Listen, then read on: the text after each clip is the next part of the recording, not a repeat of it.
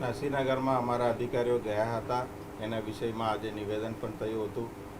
આગળ જે બનાવ બન્યું છે એના વિશે તપાસ સમિતિ રચવામાં આવી છે. એ તપાસ સમિતિમાંથી જે પણ હશે એના મુજબ આપણે કામગીરી કરવાનું છે. અને અત્યારે શાંતિથી તપાસનો વિષય છે તો આપણે એમાં અત્યારથી એક ડિસિઝન લેવું એ બરાબર નથી. આ ડિમોલિશન કોને કર્યું? ખાલી એક જ શબ્દમાં ડિમોલિશન કોને કર્યું? મને નથી ખબર. સર ડિમોલિશન થયું છે કે નહીં? આપણે વિડીયોમાં જોયું છે ઘણા બધા મકાનોનું જે છે એ તોડફોડ કરવામાં આવ્યું છે. તો એ કઈ સંજોગોમાં બની છે એના માટે તપાસ સમિતિ રચવામાં આવી છે.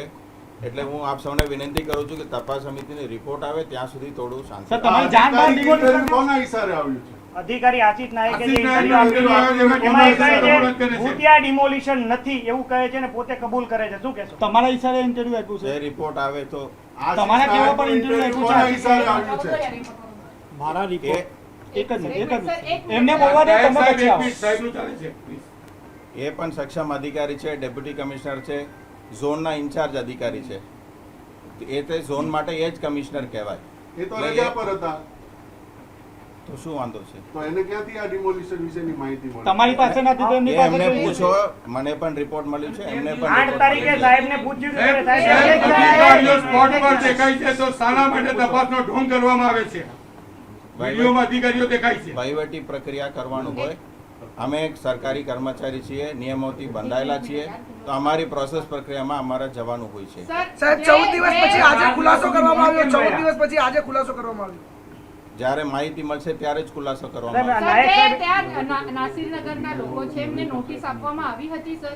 એ તપાસનો વિષય છે. સર કયા મીડિયા વાળા પ્રેશર કરતા હતા? અધિકારી માનસિક બીમાર થઈ ગયા. કોઈ મીડિયાનો પ્રેશર નથી. અધિકારીઓ કહે છે મીડિયાનું પ્રેશર છે. ક્यों मीडिया की पत्थर ठोकरा? આ ડિમોલિશન સાહેબ છેલ્લે એક લાઈનમાં ડિમોલિશન એસએમસીએ કર્યું છે કે ત્રાહિત વ્યક્તિએ કર્યું છે? એ તપાસનો વિષય છે. આપ સૌ જાણો છો. એસએમસીએ નથી કર્યું? એ તપાસનો વિષય છે. આશિષ સર એવું કહે છે ભૂતિયા ડિમોલિશન કરે. એના માટે તો સમિતિ બેઠાયેલું છે. આપના અધિકારી છે અંદર, આપના અધિકારી છે જે દેખાઈ રહ્યા છે વિડીયોમાં, તેમ છતાં પણ તપાસ કઈ રીતે તપાસ કરવાના છે? કારણ કે એ લોકોની હાજરીમાં ડિમોલેશન થયું છે સાહેબ. તપાસ કરીએ તો જ સાચું. સાહેબ અધિકારી જવાના છે તો કઈ રીતે તપાસ? એમને સાહેબ, મૌખિક પૂછી લો. 12 દિવસ વીતી ગયા છે. તમારો એસએમસી નો લેટર પેડ છે પોલીસ પાસે. પોલીસ કહી રહી છે કે 30 માણસોનો સ્ટાફ માંગ્યો છે. કઈ રીતે? સાહેબ તમે અલા, જવાબ આપવા દે અલા. સર કઈ રીતે? એસએમસી નો લેટર પેડ છે પોલીસ પાસે. એસએમસી એક સરકારી કચેરી છે. નિયમો અને કાર્ય પદ્ધતિ ચાલે. અને અમારે કોઈ પણ આવું પ્રશ્ન હોય તો તપાસ સમિતિની એને તપાસ કરવાનું પદ્ધતિ છે. એ પદ્ધતિ જ આપણે કર્યું છે. અત્યારે સાહેબ, શું 2 દિવસ તપાસ તપાસ અત્યાર સમિતિ સુધીમાં બની તપાસ ગઈ શું છે. થઈ સર? શું કાર્યવાહી કરી છે તપાસ શું થઈ? તપાસ સમિતિ એમનું કામ કરશે. શું કરે છે સરકાર? સાહેબ તમે કહી રહ્યા છો સાહેબ મહાનગરપાલિકાના 2 મુખડાઓ જોવા મળે છે. તમે કહેતા છો કે ડિમોલેશન નથી કર્યું અને આશિષ નાયક સાહેબે આજે કબૂલાત કરી છે વિડીયોમાં કે ડિમોલેશન અમે કર્યું છે. કોઈ કબૂલાત નથી. સાહેબ બોલ્યા છે, તમારી સોશિયલ મીડિયા સાઇટ પર છે સાહેબ. સુરત મહાનગરપાલિકાના સોશિયલ મીડિયા સાઇટ પર છે. અધિકારીઓ ગયા હતા, પછી શું થયું છે એ તપાસનો વિષય છે. આશિષ નાયક સાહેબ સ્પષ્ટ ભાષામાં બોલે છે ડિમોલેશન ભૂતિયા નથી. શું કહેશો? લોકો હતા ને એટલે ભૂત કરી ગઈ ડિમોલિશન. આશિષ નાયક એ સાહેબ તપાસનો વિષય છે. સાહેબ એક સવાલ એક જ સવાલ છે. એક સેકન્ડ. આશિષ નાયક સાહેબ એક સેકન્ડ. સવાલ એક જ સવાલ છે સાહેબ મારો કે જો ભૂતિયા ડેમોલિશનનું વ્યાખ્યા કોને ખબર નથી. અમે તો તપાસનો વિષયમાં જે સાચું હકીકત આવશે રેકોર્ડ મુજબ આવશે મીડિયા સમક્ષ અમે રજૂ કરવાના છે. સર કેટલા દિવસમાં રિપોર્ટ આવશે? તમારા એ ઝડપથી કરાવશે. તમારા અધિકારી કઈ રીતે પહોંચ્યા ત્યાં? તપાસના દિવસો તો નક્કી હોય છે.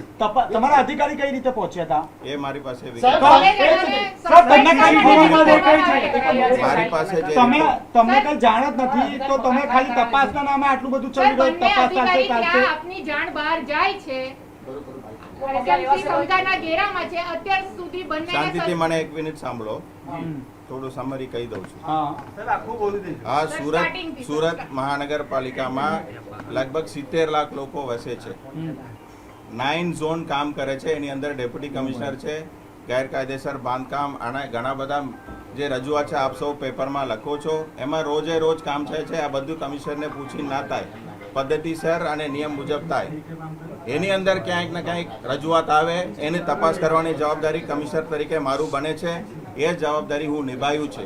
12 દિવસ સુધી કોઈ તપાસ જ નથી થઈ સર. જેમાં જેટલું સમય લગાવવાનું છે એ લગાવવાનું છે. આમાં કેટલો સમય સાહેબ? તમે અધિકારી તમારી સામે છે, પૂછવાનું છે. અધિકારી સ્પોટ પર છે તેમ છતાં આપની જાણ બહાર ડિમોલેશન કરી દે છે. કાયદાકીય પદ્ધતિમાં થાય તો એમાં બધું ટાઈમ લાગવાનો સાહેબ, સસ્પેન્શન શા માટે સાહેબ નથી? આશીષ નાયક સર છે મીડિયા પર બ્લેમ કરી રહ્યા છે પ્રેશરાઇઝ નો કઈ રીતે પ્રેશર કરે છે એમને કોઈ મીડિયા ઉપર સર એક સવાલ મારો છે શહેરના મકાનો તૂટી જાય છે 100 થી વધુ. એક સેકન્ડ, એક જ સવાલ સાહેબ.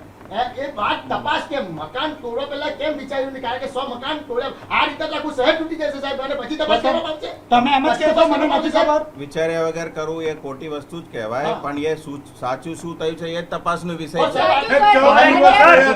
ટોરેન્ટ પાવરની ઓફિસમાં સાહેબ સુરત મહાનગરપાલિકાએ ટોરેન્ટ પાવરની ઓફિસમાં બીજું પણ કનેક્શન આપણે કહું. કાપવા માટે બીજું પણ આપણે સાહેબ સુરત મહાનગરપાલિકાના સોશિયલ મીડિયા સાઇટ પર આ વિડીયો છે. વિકાસ બોલવાની સાહેબ. જેને જે બોલવું હશે બોલવાના અધિકાર આ દેશમાં છે. એટલે આપ પણ મીડિયામાં આપનું ઓપિનિયન મંતવ્ય રજૂ કરો છો, એવી અધિકારીઓને પણ એમનું મંતવ્ય રજૂ કરવાનું હોય છે અને તપાસનો વિષય છે. એટલા માટે અહીંયા અમે કીધું કે થોડું સંયમ રાખીએ તો સાચું જે પણ છે બહાર આવશે. બીજું સાહેબ આપના અધિકારીએ એક મંતવ્ય એક મિનિટમાં પૂછી તો લો. આપના અધિકારીએ મંતવ્ય રજૂ કર્યો કે ડિમોલેશન અમે કર્યું છે અને આપ ના પાડો છો કે ડિમોલેશન નથી એ કર્યું. તપાસનો વિષય છે. મારી પાસે વિગત આવે તો હું આપને માહિતી આપી અત્યારે દઈશ. પણ 100 પરિવારના લોકો અત્યારે આકાશ નીચે છે સર. એમની માટે વૈકલ્પિક જગ્યા પણ નથી ફાળવતી. એ બહુ દુઃખની વાત છે જે પણ બનાવ બન્યું છે. હું પણ એમાં વ્યક્તિગત રીતે અને કમિશનર તરીકે એ માટે સંમત પણ છું અને હું આપને બતાવવા માંગુ છું જાણકારી માટે. ગુજરાત શહેરી વિસ્તારોમાં ખાનગી અને જાહેર જમીનો પર આવેલ ઝૂંપડપટ્ટીનું પુનર્વસન કરવા અંગેનું નીતિ નિયમોનું સુધારા કરવા અંગેનું સૂચના અને ભલામણ માટે રાજ્ય સરકારે એક સમિતિ બનાવેલી છે અને અત્યારે જ્યારે આપ વેઇટ કરી રહ્યા હતા એ વખતે એ જ સમિતિનું મિટિંગ ચાલતી હતી અને સુરત મહાનગરપાલિકાએ પોઝિટિવલી શું કરી શકાય, જે કાયદામાં ગેપ હશે એનું શું નિવારણ કરી શકાય એના માટે રાજ્ય સરકારમાં રજૂઆત કરેલી હતી. એમાં 2 અગત્યની રજૂઆત અમે કરેલા છે. એક તો છે કે ડેવલપરને વધારે ઇન્ટરેસ્ટ આવે એના માટે FSIનું વધારો કરવાનું એક સૂચન કરેલું છે. બીજું છે કે ઇન્ટરસિટીમાં TDRનો ઉપયોગ કરવાનો આલોવ કરવામાં આવે તો પોઝિટિવલી વધારે ઇન્ટરેસ્ટ આવે અને આજે પ્રાઇવેટ જમીનોમાં કોઈ પણ ઝૂંપડપટ્ટી રહેતા હોય એના માટે જે રાજ્ય સરકાર પણ ચિંતિત છે ને એનું નીતિનું ગઠન કરી રહ્યા છે.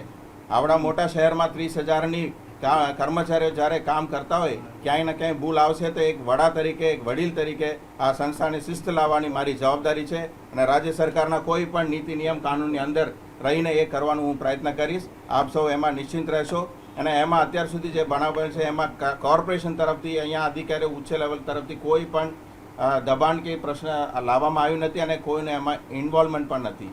બસ આટલું જ આપ સૌને ચોકસાઈ કરવા માંગુ છું અને આપ સૌ મીડિયામાં પોઝિટિવલી જ્યારે શહેર માટે આપ વિચાર કરી રહ્યા છો તો અમે પણ વહીવટમાં બેસીને એ જ વિચાર કરી રહ્યા છે. તો સહકારની અપેક્ષા રાખું છું અને થોડું શાંતિ રાખવા માટે અને થોડું પેશન્સ રાખવા માટે આપ સૌને વિનંતી કરું છું. અને શું સૂચન આપ્યું છે એ પણ આપ સૌને પણ બતાવું છું. અને એ હાલનું છે. સૂચના છે વૈકલ્પિક વ્યવસ્થા શું કરી એ કહો. એ નિયમ મુજબ ચોક્કસ પણ નિયમ કરીશું. મુજબ ક્યારે થશે? નિયમ મુજબ ચોક્કસ ક્યારે કરીશું. થશે? જેટલું વહેલામાં વહેલી તકે થશે. વહેલામાં વહેલી ક્યારે થશે? સર ક્યારે થશે? સર ક્યારે થશે? સર ક્યારે થશે?